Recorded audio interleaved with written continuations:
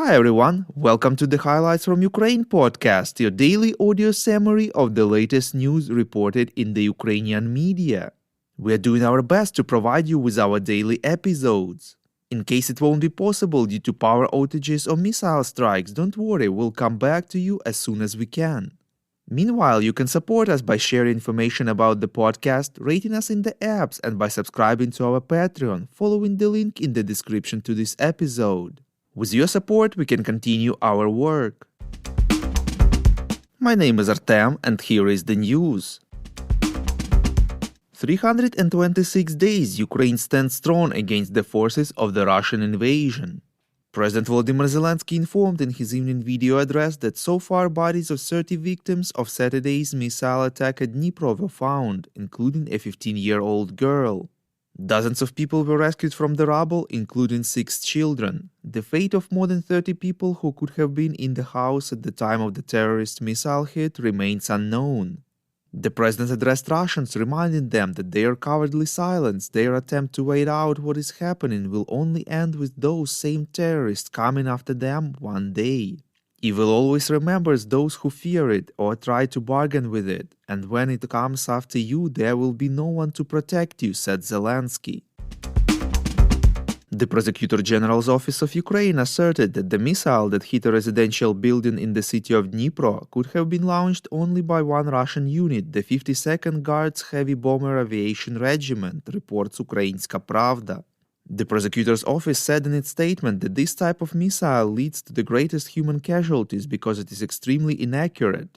Therefore, the use of such weapons for targets in densely populated areas is clearly a war crime. According to them, the same type of missile was used in Sergiyivka and Kremenchuk. The Prosecutor General's office emphasized that there are no military targets around the place where the Russian missile hit. Ukrainian law enforcers promised that the investigation and prosecution will establish and bring to justice both those who directly launched the missiles and their commanders who gave this criminal order. President Volodymyr Zelensky has approved the decision of the State Defense and Security Council of Ukraine to introduce sanctions against 198 people in connection with the Russian aggression, reports NVUA. The list includes Russian cultural figures and propagandists, as well as some Ukrainian citizens. In his evening address, the president informed that this list is carefully prepared and behind each name there is a motivation for sanctions. Those who justify terror, those who grease the Russian propaganda machine, those who try to sell Ukraine somewhere in Moscow, this public will face a full list of personal restrictions, stressed Zelensky.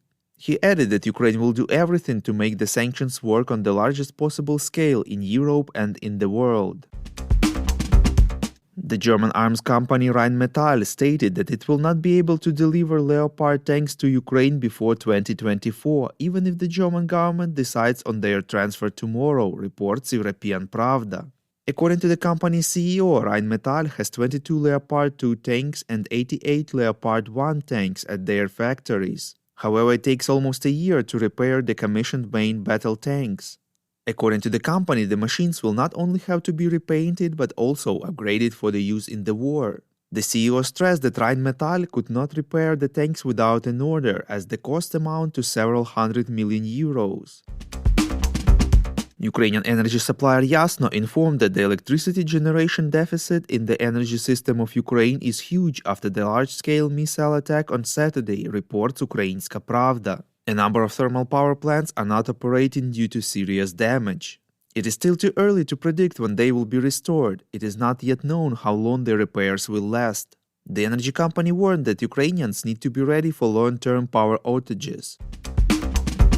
The Ukrainian football club Shakhtar, that originates from currently occupied Donetsk, sold the midfielder of the club and the national team of Ukraine Mikhailo Mudryk to Chelsea for a record sum of money for Ukraine, 70 million euros and another 30 million in bonuses, reports OA Football. The Ukrainian player, who recently turned 22, has signed an 8.5-year contract. If you like what we do and would like to tip us, you can now do so directly to our PayPal. Check out the link in the description to this episode for more details. And as usual, you can subscribe to our Patreon. In gratitude for your help, we will give you access to a series of exclusive episodes on wartime life in Ukraine.